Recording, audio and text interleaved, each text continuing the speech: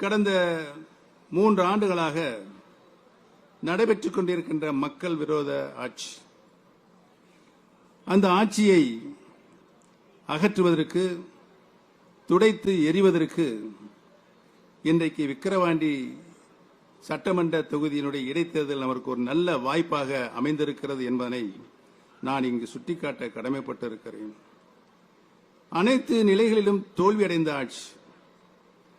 அவர்கள் இந்த தேர்தல் 2000 சட்டமன்ற தேர்தலை எதிர்நோக்கி இருக்கின்ற நேரத்தில் திராவிட முன்னேற்ற கழகம் தந்த வாக்குறுதிகள், அதற்கு பின்னாலே அவர்கள் நடந்து கொண்ட ஜனநாயக விரோத போக்கு, இன்றைக்கு நடைபெற்றுக் கொண்டிருக்கின்ற அந்த ஆட்சியினுடைய அவல ஆட்சி மக்கள் விரோத ஆட்சியாக, மக்கள் வெறுத்து ஒதுக்குகின்ற ஆட்சியாக இன்றைக்கு திராவிட முன்னேற்ற கழகம் அனைத்து நிலைகளிலும் மக்களுக்கு ஆற்ற வேண்டிய பணிகளில் தோல்வி அடைந்திருக்கிறது என்பதனை நாடு கண்டுகொண்டிருக்கிறது.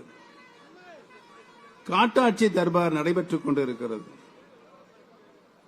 தமிழகம் அமைதி பூங்கா மாநிலமாக இருந்த மாநிலத்தை இன்றைக்கு சட்டம் ஒழுங்கு சீர்கட்டு, எங்கு பார்த்தாலும் கொலை, கொள்ளை, கற்பழிப்பு, இவைகள்தான் இன்றைக்கு தமிழகம் முழுவதும் நிறைந்து காணப்படுகின்ற ஒரு அவல ஆட்சியை நாம் இன்றைக்கு கண்டுகொண்டிருக்கின்றோம்.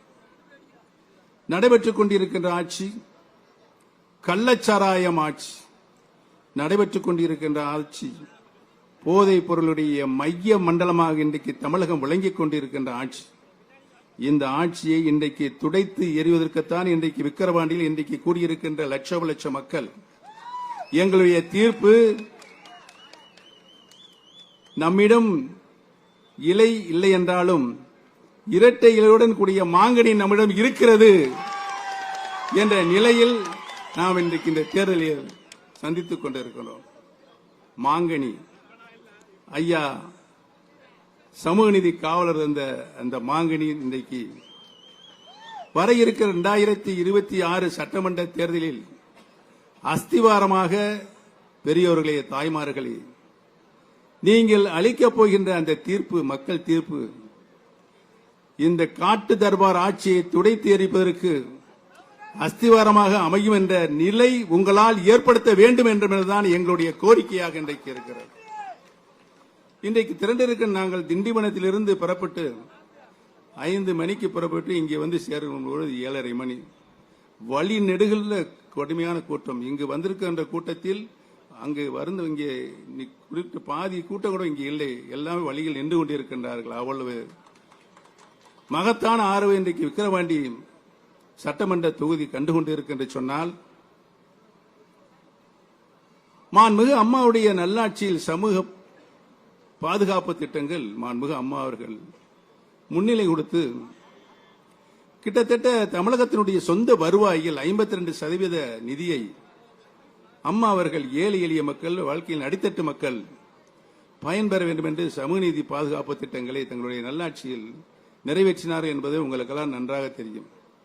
அவைகளெல்லாம் இன்றைக்கு நிறுத்தப்பட்டிருக்கிறது. நிறுத்தப்பட்டிருக்கின்ற அந்த திட்டம் மீண்டும் வருவதற்கு ஒரு அஸ்திவாரமாகத்தான் இந்த விக்கிரவாண்டி தேர்தல், இடைத்தேர்தல் நடைபெற்றுக் கொண்டிருக்கிறது என்பதையும், இம்மக்கள் இங்கு பணமா பாசமா என்ற கேள்விக்கு விடை கொடுக்கின்ற தேர்தலாக இந்த தேர்தல் ஒரு மாபெரும் வெற்றியை அண்ணன் சி அன்புமணி அவர்கள் இங்கு வெற்றி வேட்பாளராக, ஐயாவுடைய நல்லாசி பெற்ற வெற்றி வேட்பாளராக, அன்புமணி என்ற பெயர் உங்களுக்கு பரிச்சயமாக தமிழகம் மட்டுமல்ல இந்தியா முழுமைக்கும் நிறைந்திருக்கின்ற பெயர் என்பது நாம் அனைவரும் நன்றாகவே அறிவோம். எனக்கு முன்னாலே பேசியவர்கள் சொன்னார்கள், இந்த 108 ஆம்புலன்ஸ், அந்த 108 ஆம்புலன்ஸை இன்றைக்கு 140 கோடி மக்கள் தன்னுயிர் காப்பதற்கு அந்த 108 ஆம்புலன்ஸ் பயன்பட்டுக் கொண்டிருக்கு என்பதற்கு நம்முடைய ஐயா அன்புமணி ராமதாசனார் மூல காரணமாக இருந்தார்கள் என்பதையும், பொது வாழ்க்கையில் இருப்பவர்கள் சிகரெட் அண்ட் போதைப் பொருளை பொது இடங்களில் அருந்தக்கூடாது, குடிக்கக்கூடாது என்ற ஒரு சட்டத்தை கொண்டு வந்து மக்கள் நல்வழி காட்டுவதற்கு ஒரு ஆரம்பமாக அவர் காட்டிய வழி இன்றைக்கும் இந்திய திருநாடே அவருக்கு நன்றி சொல்லிக் கொண்டிருக்கிறது என்பதை நான் இங்கு சுட்டிக்காட்ட கடமைப்பட்டிருக்கின்றேன். அந்த அன்பு தலைவர்கள் பாட்டாளி மக்கள் கட்சியினுடைய கட்சியின் சார்பாக இன்றைக்கு நம்முடைய தேசிய ஜனநாயக கூட்டணி சார்பாக வெற்றி வேட்பாளராக அண்ணன் திரு சி அன்புமணி அவர்களை வெற்றி வேட்பாளராக நிறுத்தியிருக்கின்றார்கள். அன்புமணி என்று பெயரை சொன்னால் அது ஒரு ராசியான பெயர் தான். ஆக அவர் உறுதியாக இந்த தேர்தலில் மாபெரும் வெற்றி அடைவார்கள் என்பதனை இங்கு கூடியிருக்கின்ற மக்கள் நீங்கள் காட்டுகின்ற மகிழ்ச்சியிலிருந்து தெரிகிறது.